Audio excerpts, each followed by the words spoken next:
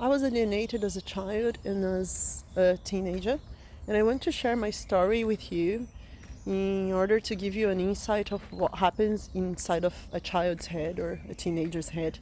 And if you are an alienated parent, I hope that my story can give you some hope.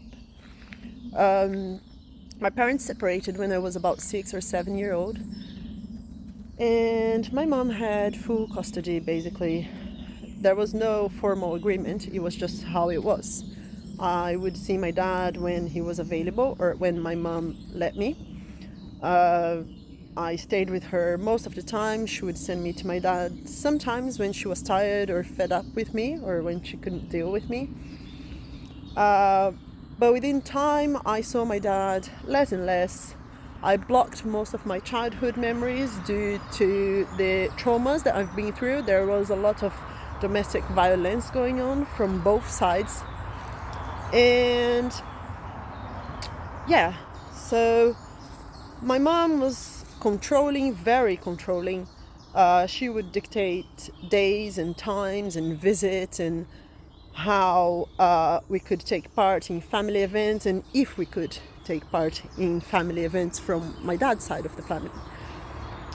The effects of that on me as a teenager was that I hated my dad, that's the truth. I couldn't stand him talking to me and giving me advice because I thought he was very hypocritical from him to do that. I grew up with my mom's narrative in my head, so I was just repeating my mom's voice and my mom's behavior and everything that she thought about my dad. I was angry at my dad, blaming him for everything that happened to us. And I say us because when you take one of your parents' side of the story, then you're like a team. And as a teenager, you don't realize that. You just say, well, look what you've done to us, look how you hurt us. So it's as if one of the parents is the children are their extension, if that makes sense. So I saw my mom and me as one. So everything that my dad did to her, he did to us. What else? I started smoking and drinking at very early age. I was never addicted to anything, but I was experimenting and using alcohol and cigarettes on a regular basis. I stopped smoking when I became a mom. When I found out that I was pregnant, I stopped smoking and drinking, and I never drank or smoked anything again. So I grew up with that narrative in my head. I felt frustrated. I was a bit of a rebel teenager, my family always struggled to talk to me. My extended family didn't understand me as well. So I had problem trusting people, trusting my adults, including teachers, and even children of my age. I was adultified, so I felt mature at a very young age as well.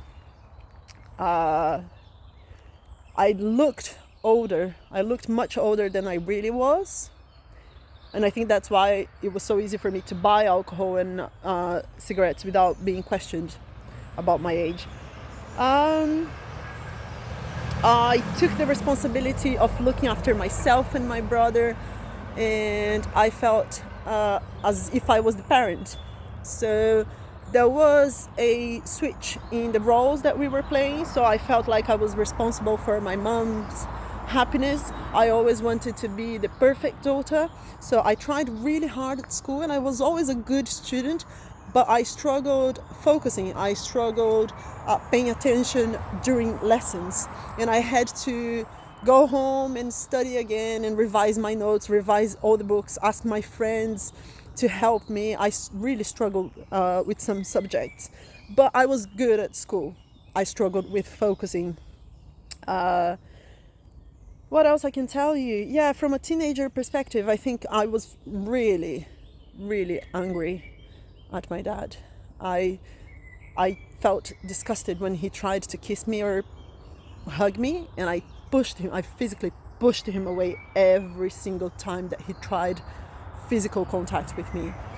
And it was painful for him. I remember the look on his eyes, wanting to give me love and care and ask about my life, how I was doing. And I was like, Dad, shut up. I don't want to talk to you about this. I don't want to talk about my friend. Why are you interested in my life all of a sudden, you know? And I was rude to him. It's really difficult to talk about it because it's revisiting the past. I've never done that to that extent, I think. So yeah, and by rejecting him, by refusing his love and care, I was rejecting myself, part of me. So I had problems as well with self-confidence. I had problems accepting my mistakes. Anytime I failed, what is failed? Anytime I failed by not achieving a grade that I expected, or that I didn't dance ballet properly, or that I didn't play my volleyball to a high standard, I always felt like I was a failure, and that was my fault, and that the team or the people dancing would do much better without me. So that self-blame and self-criticism was really hard for me, and it still is sometimes. I feel vulnerable, and I feel I lack confidence most of the time. So yeah, I'm just sharing with you so you can understand maybe what's your teenager thinking and going through, what changed in my life and how I reconnected with my dad was that I became a mom. I got pregnant at really early age as well. I was involved in romantic relationships since I was 14 years old. So I got pregnant when I was young, and that completely changed my life. I could, for the first time, position myself in the place that my parents should have been for me. And I built up the courage to ask my dad why he avoided me. I approached him and said, Dad, why did you avoid me when I was a child? And he said to me, I love you. I never avoided you. I avoided your mom. For me to understand that was incredibly eye-opening. It switched my line of thinking, my behavior. For the first time, I felt free from all this pressure that I had on my shoulder, carrying my mom's story with me and her thoughts and her view of what my dad did to her. For the first time, I stepped outside of that circle, vicious circle, and I could think for myself. And of course, I had more conversations with my dad and with my mom as well about what I felt, how I look back and how I see things now. And all of those conversations were helpful for me to come from a place where I am a healthier adult.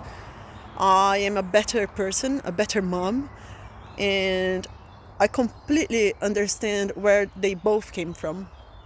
And I found a place in my heart to forgive my mom for her alienating behaviors. And I also could forgive my dad for not being there for me. Because in avoiding my mom, he pushed me away. And I never felt loved until I was older. And it's really hard for a child, especially a teenager, to feel unloved, to feel rejected. But when you're an adult and you can understand that your parents had their own troubles, their own problems, and that had nothing to do with you, that you were just affected by them, but it wasn't your fault, that frees you up and makes you a stronger person. I hope to give you some hope. I hope that my story is giving you some insight, and that you always leave your door open to your child, because one day they will come after you to find out the truth, to find out your truth, so they can have both sides of the story and they can make their own story. They can understand what makes sense for them. So yeah, leave your doors open to your teenager daughter or son, or to your grandchild, or to your little child, and if you feel like you have to get in touch with them, please try and do it. When I look back and I see myself pushing my dad, it's comforting to know that he tried to be there for me a few times, and it was my choice to push him away. And I forgive myself as well for doing that. But yeah, keep strong. The alienation is not going to last forever. And spread love. See you soon.